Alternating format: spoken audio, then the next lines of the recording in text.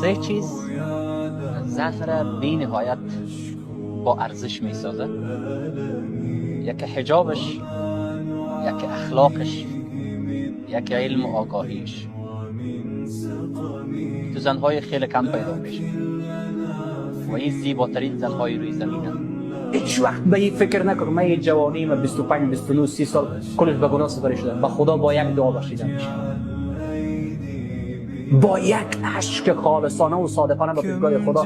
خیلی دوست داره بلکس این جوان ها این اکثریت جوان ها هست از کهنسالا خود که رابطهشون با خدا خیلی قوی است، به خاطر که اونها بیشتر از موت سجده کردن.